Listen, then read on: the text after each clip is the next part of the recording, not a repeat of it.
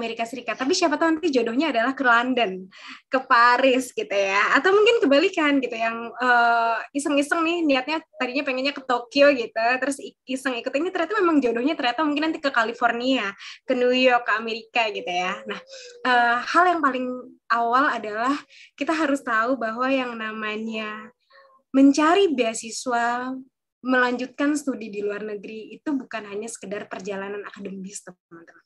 Bukan hanya sekedar perjalanan akademis, tapi juga lebih dari itu. Ini adalah perjalanan kehidupan gitu, perjalanan spiritual, perjalanan psikologis yang lebih matang, perjalanan mental. Jadi hal yang paling dasar dan hal yang paling awal adalah kita harus tahu nih sebenarnya kita ini butuhnya apa sih? Kita ini sebenarnya pengen kemana sih? Kita coba, teman-teman mungkin bisa ambil kertas, pulpen, aku kasih waktu 10 detik, kalau nggak ada di handphone juga nggak apa-apa. Jadi kertas, pulpen kita coba tulis, kita hitung mundur mungkin 10 detik ya. 10, 9, 8, 7, 6, 5, 4, 3, 2, 1. Semoga udah ada ya teman-teman. Kalau nggak ada bisa di handphone aja. Cuma seenggaknya biar ada bekasnya gitu. Karena kalau kita cuma dengerin aja atau kita kayak cuma scrolling, googling dan ya teman-teman pasti jauh lebih jago gitu ya. Itu kurang berbekas. Nah, biar kita coba menyelami bersama-sama ya. Nanti end resultnya bakal beda-beda nih. Teman-teman coba tulis satu kampus aja. Nanti bisa diperdalam masing-masing ya, tapi karena ini sesinya singkat, satu aja dulu. Kampus yang teman-teman sekarang kepikir, aku pengen banget ke sana. 1. 3 detik cukup ya. 3, 2, 1. Udah? Oke. Negaranya of course sudah ada ya. Teman-teman silakan tulis 3 detik juga. Menyesuaikan dengan tadi kampus yang teman-teman tulis. Tadi kalau yang belum sempat tulis kampus, ayo nih tambahan 3 detik ya. Sekalian nulis negaranya. 3, 2, 1. Oke. Nah, sekarang teman-teman coba setelah tahu nih kita mau ke kampus mana, mau ke negara mana, gitu. Nah, teman-teman coba tulis 2 scholarship yang mungkin bisa ngebawa teman-teman ke negara itu. Contoh nih, misalkan aku pengennya ke Jerman nih, Kak. Means beasiswa yang mungkin apa? DAAD misalkan ya. LPDP gitu. LPDP bisa ke semua negara ya, almost. Atau kayak aku pengennya nih ke UK nih, Kak. Means opsinya nggak bisa lagi pakai DAAD ya, harus pakai Chevening, pakai opsi-opsi lainnya gitu. Atau ada yang pengen ke Belanda, ada nggak? Yang mau ke Belanda bisa NESO misalnya, atau apa segala macam. Yang mau ke Jepang bisa pakai JASO dan segala macam. Nah, tulis 2 ya, aku kasih 3 detik lagi ya, cukup ya.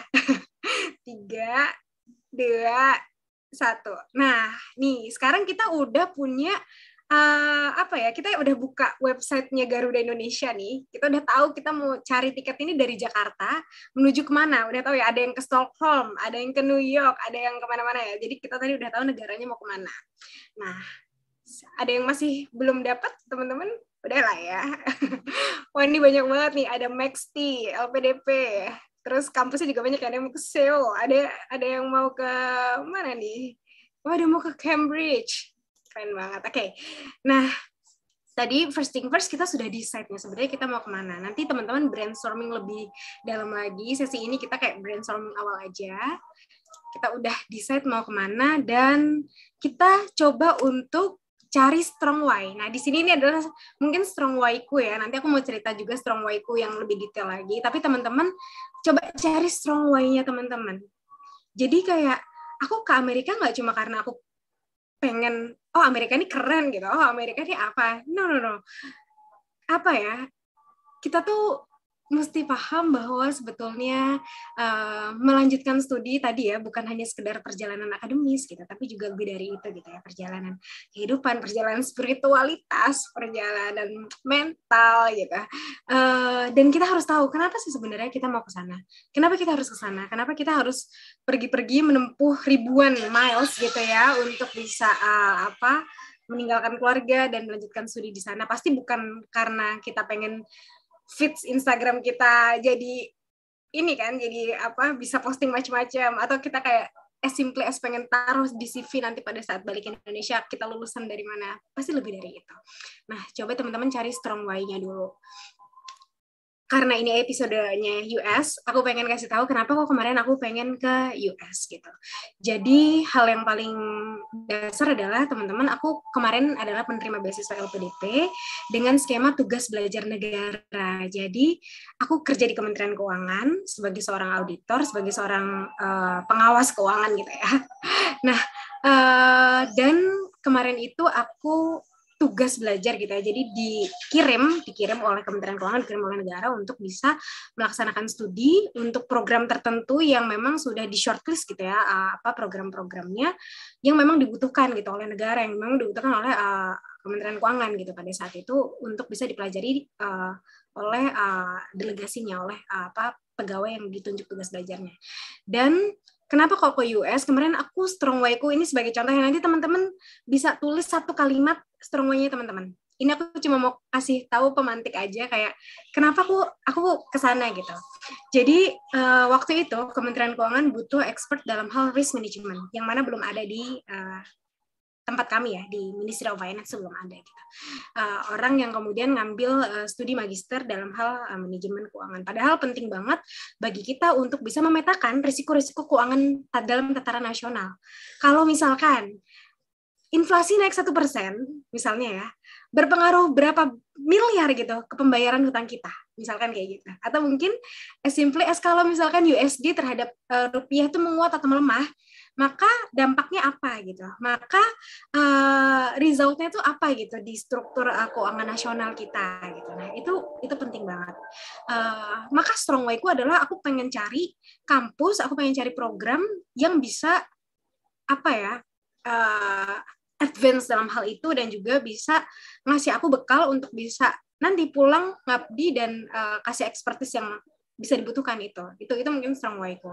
Selain mungkin additionalnya top up-nya ini mungkin hal-hal umum ya kayak academic excellence gitu. Kita tahu bahwa memang mungkin 14 dari 20 universitas terbaik di Amerika tuh di dunia itu adanya di Amerika gitu. Atau kayak misalkan studiku juga waktu itu di risk management in finance yang terbaik ada di Amerika Serikat. Nah, itu adalah strong way. Nanti beda-beda teman-teman. Ada yang kayak aku harus ke Jepang nih karena ternyata mungkin kayak studi kemaritiman misalkan itu paling bagus di sana, di Todai misalkan di Tokyo University atau mungkin di hal-hal lain gitu. Nah, ini juga reason keduaku kemarin tuh high tech dan high touch di educational apa ya environment di Amerika Serikat itu sangat tinggi gitu dalam hal ini. That's why ini jadi alasan kuatku. Atau mungkin additional reason lain mungkin kalau yang mau ke Amerika Serikat adalah hal yang menarik kalau misalkan kita biasa punya hanya major aja gitu ya kalau di Indonesia, kalau di sana biasa ada major dan minor. Jadi kita bisa nih misalkan majornya adalah psikologi tapi minornya pengen finance atau mungkin majornya adalah kedokteran gitu ya, medicine atau medical, lalu kemudian minornya aku pengen accounting atau mungkin pengen filosofi atau mungkin hal-hal lain yang memang jauh banget gitu nggak ada kaitannya itu sangat mungkin gitu untuk dilakukan dan diambil apabila kita studi di Amerika Serikat. Nah sekarang aku pengennya sesi ini nggak cuma fit buat teman-teman yang mau ke Amerika tapi juga fit even more gitu ya biar impactnya lebih besar lagi. Teman-teman coba tulis satu strong why kenapa teman-teman mau ke negara yang tadi udah macam-macam ya, ada yang mau ke Korea Selatan, ada yang mau ke Jepang, ada yang mau ke Amerika, Washington, ada yang mau ke mana nih, Columbia, wah calon New Yorkers, sama nih kita nanti. Ada yang mau ke mana nih? Banyak ya, ada yang mau ke Belanda pakai Erasmus, ada yang mau pakai Chevening dan segala macam. Oke, teman-teman, 10 detik cukup ya. 10, 9, 8, 4, 3, 2, 1. Cepet banget nih hitungnya tadi katanya. Oke, biar kita bisa lebih banyak ilmu nih. Nanti kita switch ke next slide, nggak apa-apa ya teman-teman. Oke. Nah, ini sedikit hal yang kita perlu untuk bisa klasifikasi. Teman-teman, kita setuju ya, kita di episode kali ini walaupun singkat nih, aku pengen kita bikin 2 jurus ya, long term dan juga short term. Ini long term ini adalah kita harus tahu bahwa memang yang namanya ngejar beasiswa tuh nggak bisa persiapan seminggu 2 minggu, sebulan 2 bulan, nggak bisa sama sekali teman-teman. Nyiapin CV, nyiapin personal statement, motivation letter itu mungkin kalau yang jago sehari juga jadi gitu ya.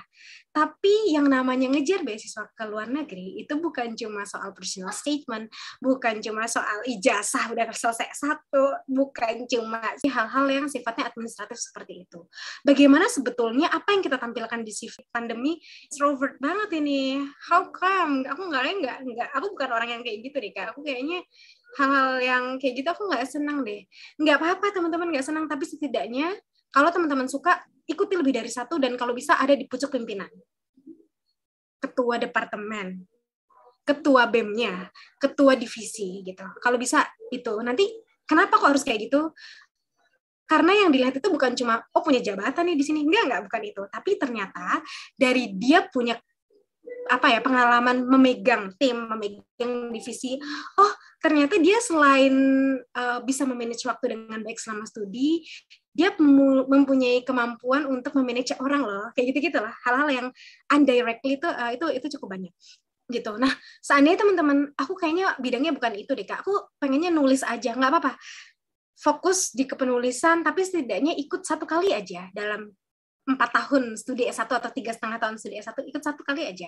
Nanti fokusnya di kepenulisan segala macam. Jadi nanti jadi gini, berliannya kita tuh beda-beda teman-teman. Ada yang di menulis, ada yang di organisasi, ada yang di public speaking, gitu, ada yang di mana-mana. Dan itu bukan jadi penghalang. Jadi kalau teman-teman berliannya ini ada di public speaking, ada di badan eksekutif gitu, advancing gitu di situ. Tulis teman-teman. Oh, pelopor apa? Oh, penggiat apa, founder apa gitu, tulis. Tapi kalau misalkan teman-teman aku kayak suka menulis, nggak apa-apa, ikut PKM, ikut lomba-lomba karya tulis mahasiswa gitu ya, banyak banget ruang karyanya, tulis itu jadi berliannya kita. Tapi kita harus ada top up nih. Jadi kayak misalkan gini, aku nih senangnya adalah organisasi Kak, tetap harus paling nggak ikut 1 kali gitu ya, hal-hal yang sifatnya mungkin kayak lomba esai atau kayak setidaknya nulislah 1 kali gitu di koran gitu segala macam. Agar apa? Agar kita nanti pada saat mendaftar beasiswa ini bisa dinilai sebagai paket lengkap nih. Oh, sisi-sisi akademisnya dapat nih, menulisnya oke nih. Oh, sisi-sisi bagaimana kemudian nanti dia bisa survive di luar itu tuh dapat juga. Oh, dia organisasinya udah bagus gitu ya. Dia memiliki kemampuan untuk engage dengan lingkungan dia, dengan orang-orang di sekitar dia juga oke kayak gitu. Jadi bukan tentang panjang-panjangan CV atau apa segala macam, tapi setidaknya kita bisa menutupi celah-celah yang kemudian bisa mengganjal kita nantinya. Oh, kita dinilai mungkin kurang oke dalam hal apa. Oh, ternyata kita bisa deliver kekurangan tersebut kita tambal gitu dengan pengalaman-pengalaman yang rasanya cukup lengkap gitu. Nah, itu teman-teman hal yang rasanya penting gitu ya. Nah, ini adalah long term-nya. Nah, kalau misalkan kita bicara tentang short term-nya nih, anggaplah kita udah mau lulus dan udah pengen cepet-cepet, aku pengennya tuh ke luar negeri tahun depan, Kak. Aku pengen banget ke Jepangnya, ke Koreanya, ke Inggris, Amerikanya itu tahun depan. Sudah short term. 1 tahun itu udah short term untuk mengajar beasiswa, teman-teman. Kenapa? Karena yang namanya IELTS, yang namanya motivation letter, meskipun kita bikinnya bisa cepat, tapi itu kayak butuh proses mengenal diri, kita butuh proses pendalaman yang rasanya pasti butuh lebih banyak waktu gitu. Nah, ini adalah 5 golden tickets gitu ya, tentang gimana kita menulis esai yang baik, dan juga nanti akan bisa digunakan 5 golden tickets ini untuk wawancara juga. Kenapa kok aku pengen fokus 5 golden tickets dalam hal esai dan juga wawancara? Teman-teman, apapun beasiswa yang nanti teman-teman akan coba kejar, tadi kita udah tulis 2 ya masing-masing.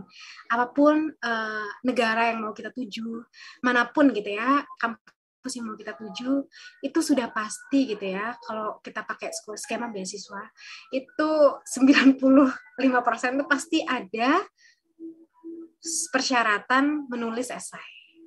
Pasti ada, mau LPDP, mau nggak LPDP, mau tadi MAXT, DAAD, Chevening gitu ya, Erasmus, itu tuh pasti banyak banget gitu yang memang perlu kita dalami. Dan kemudian terkait dengan wawancara itu juga hampir seluruh scholarship itu ada fase atau mungkin steps hal itu. Nah ini kenapa kok kita perlu dalami gitu ya.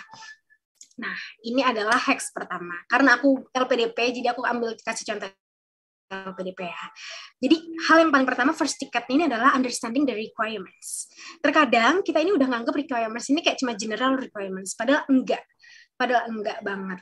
Jadi teman-teman harus tahu sebetulnya kita ini mau kenalan sama calon jodoh scholarship kita ini, dia tuh tipe yang kayak gimana sih gitu. Calon jodoh beasiswa kita nih orang yang kayak pengennya tuh apa sih? Kalau kita mengejarnya LPDP gitu ya contohnya, maka dia ini adalah tipe beasiswa yang kemudian mengedepankan banget yang namanya pengabdian sosial, yang namanya kita harus pulang lagi ke Indonesia untuk berkarya. Itu penting banget. Beda kalau kita daftarnya AAS. AS ini profesionalism yang dikedepankan, pengalaman kerja, advance atau enggaknya kita di dalam dunia profesional kita sebagai auditor misalkan, atau mungkin sebagai guru, sebagai mungkin analis gitu segala macam. Itu advance dalam hal tersebut itu lebih penting. Nah, beda jatuhnya kalau misalnya kita daftar AS sama daftar LPDP, hal yang dikedepankan beda karena orang ini kalau beasiswa ini adalah orang gitu ya, itu menilai kita cantik atau enggaknya, menilai kita ganteng atau enggaknya, menilai kita menarik atau enggaknya untuk bisa dijadikan awardee dari sisi yang berbeda gitu, dari sisi yang berbeda. Nah ini tadi understanding the requirements, ini contoh untuk LPDP bahwa memang target pemberi beasiswanya untuk LPDP ini adalah mencari orang yang punya komitmen tinggi untuk kembali ke Indonesia dan punya rencana kontribusi yang clear untuk bisa kembali mengabdi di tanah air gitu. Ini LPDP ya. Nah, bagaimana sebetulnya kita tadi deskripsikan background pendidikan kita dengan jelas, aktivitas kita apa sih, area of interest kita ini apa sih gini, dan deskripsikan diri kita ini jangan lebih dari 2 kalimat. Kenapa? Karena biasanya jumlah kata atau jumlah halaman itu dibatasi. Untuk LPDP yang dibatasi adalah jumlah karakter atau kata.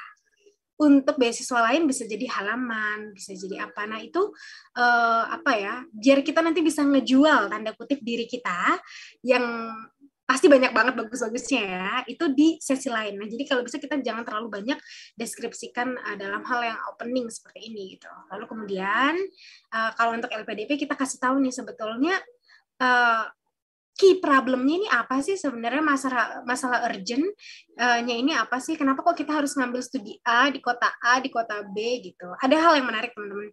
Dulu pas wawancara beasiswa LPDP, itu aku sempat ditanya gini, kenapa kita LPDP harus membiayai kamu 1 orang gitu ke Amerika Serikat, ke kota New York. Amerika itu tuition fee-nya terkenal paling mahal gitu ya.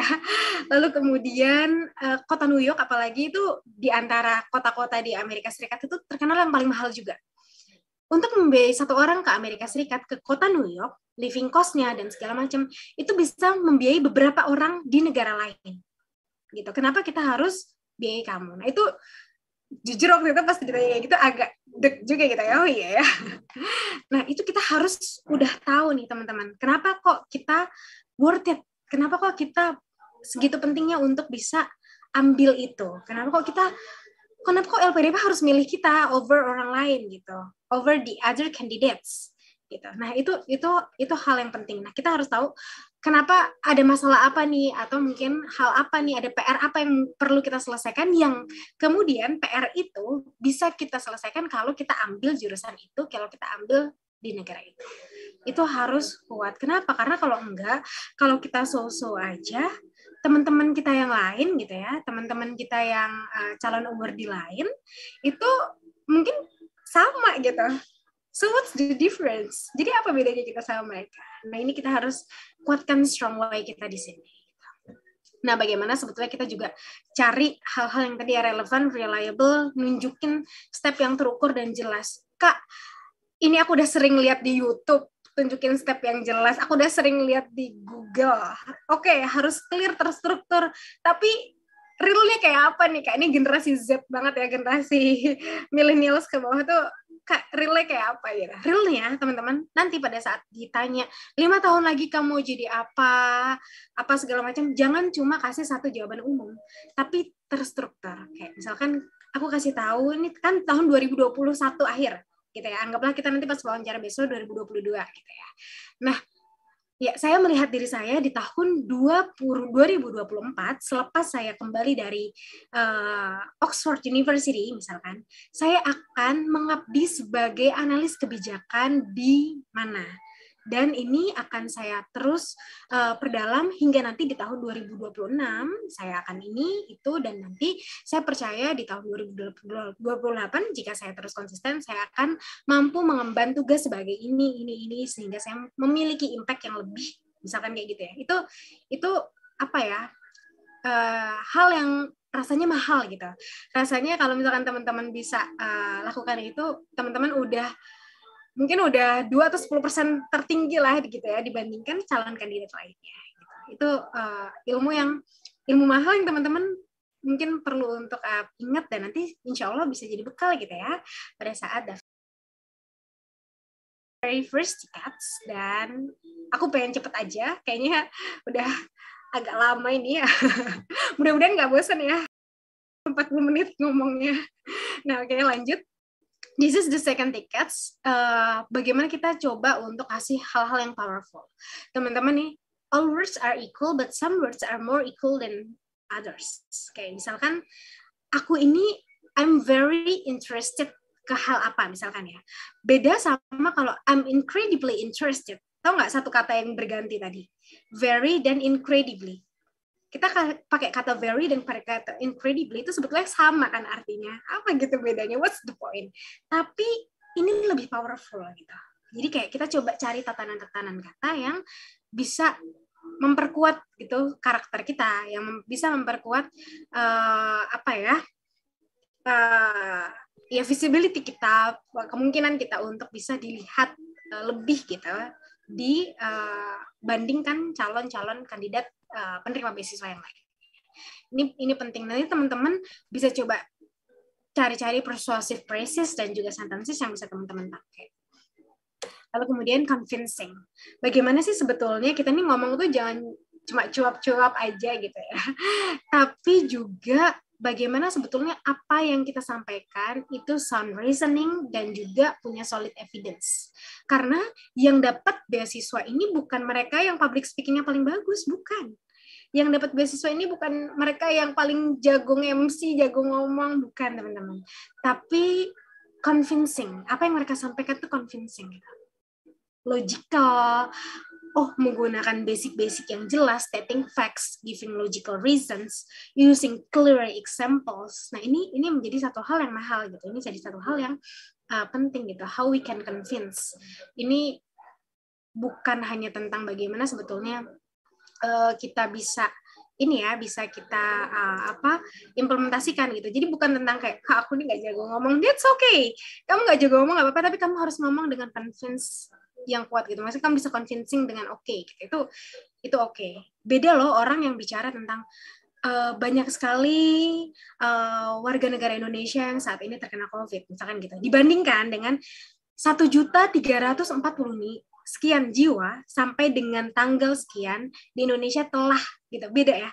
Padahal sebetulnya key points-nya sama, tapi bagaimana kita stating facts, bagaimana kita kasih logical reasons, bagaimana kita kasih clear examples itu akan menjadi nilai jual yang mahal bagi kita dibandingkan calon kandidat lainnya gitu. Nah, ini the fourth tickets, be genuine. Teman-teman, bagaimana sih sebenarnya kita tuh bikin si pembaca ini tuh percaya bahwa kita tuh mampu, bahwa kita ini bisa. Sebetulnya hal yang paling dasar adalah kita harus sadar bahwa mereka ini tuh tiap hari mungkin ya, karena kerjaannya kan menyeleksi berkas ya. Mungkin dalam satu hari tuh mereka bukan cuma baca 10 esai. Mereka bukan cuma baca 15 esai. Mungkin even more gitu dari angka-angka tadi. Nah, kalau mereka udah sering banget baca kayak gitu, mereka jatuhnya jadi punya sense. Mereka bisa ngebedain nih orang yang cuma kopas aja gitu esainya, atau mungkin orang yang kayak cuma umum-umum aja gitu cerita di esainya, sama orang yang benar-benar genuine, sama orang yang benar-benar kayak ambil 1 step, 2 step mundur, coba untuk ngenalin lagi kenapa kita pengen kesini, kenapa aku harus ini itu segala macam, lalu kemudian kita tuliskan tuh genuine-nya itu terasa gitu ya. Mungkin kalau misalkan kita bicara gitu, apa yang kita sampaikan dari hati itu akan sampai ke hati juga. Nah, begitupun juga dengan menulis gitu. Apa yang kita sampaikan clear, kita tahu ini dari dalam diri kita, itu si readersnya nih, si readers yang mana readersnya ini kan bisa jadi adalah si calon apa ya, selektor beasiswa atau mungkin si ISS office gitu ya, nantinya akan ngasih LOA kita atau enggak gitu di kampus impian kita. Nah, ini mereka udah sangat apa ya, biasa gitu tiap tahun kerjaannya kayak gitu, jadi mereka ngerti ini sebenarnya genuine atau enggak. Nah, ini kita kayak nggak apa-apa teman-teman mungkin udah selesai bikin motivation letter, kita kayak ambil 1 langkah 2 langkah mundur, kita selami lagi gitu ya diri kita, sehingga nanti apa yang kita hasilkan tuh nyampe gitu ke hati dia, ke hati pembaca, kita sampai gitu ke goalsnya gitu, ke si readersnya ini, entah itu adalah selektor beasiswa ataupun adalah selektor calon mahasiswa di kampus gitu. Nah, ini yang kelima adalah do and don'ts-nya teman-teman. Bagaimana kita tulis scholarship essay, dan juga nanti akan wawancara juga akan kayak gini juga. First thing first, kita think outside the box, karena kebayang nggak sih dalam 1 hari nih mereka nih ngewawancara 10 orang gitu. Kalau isinya sama-sama aja, datar-datar aja, kayak kurang lebih plus minus ya kayak gitu, itu bosan gitu, dan kayak rasanya ya nilainya ya akan standar-standar aja. Bagaimana kita nyuri hati dan nyuri nilai gitu dengan oke gitu ya. Ini kayak kita coba kasih gagasan-gagasan baru, think outside the box, yang mana kita berharap bisa catch attention gitu ya. Dengan apa? Dengan unique statement yang kita kasih, dengan unique key of the application yang kita coba untuk deliver gitu. Nah, itu penting. Dan hal yang penting juga, make it personal tadi. Be genuine, karena beda kita ngambil nih, misalkan aku kayak ambillah punyanya Sabrina gitu, ambillah punyanya Sophie, aku edit-edit dikit, itu beda sama kita emang bener-bener ngebangun. Itu beda banget teman-teman. Nanti mungkin kalau kita punya jam terbang yang lebih tinggi gitu ya, untuk bisa baca lebih banyak essay segala macam, untuk kebaca gitu. Nah, hal yang jangan pernah adalah yang pertama exaggerate, self esteem tuh boleh banget tapi bragging jangan gitu ya. Dan jangan selling our sad story gitu, kayak misalkan saya datang dari keluarga dengan latar belakang segini sehingga saya itu bagus, tapi maksudnya yang dikedepankan adalah demonstrasikan strength kalian untuk melewati masa-masa sulit tersebut, bukan selling the sad story-nya gitu. Kalau memang ini adalah kondisi teman-teman kayak, Kak, aku datang dari keluarga yang privilege, itu bagus banget juga gitu, kayak bagaimana kemudian kita bisa selling our strength juga gitu dalam kondisi-kondisi apapun yang kita hadapi gitu. Nah, ini adalah do and don'ts yang rasanya penting juga gitu untuk bisa kita pelajari bareng-bareng.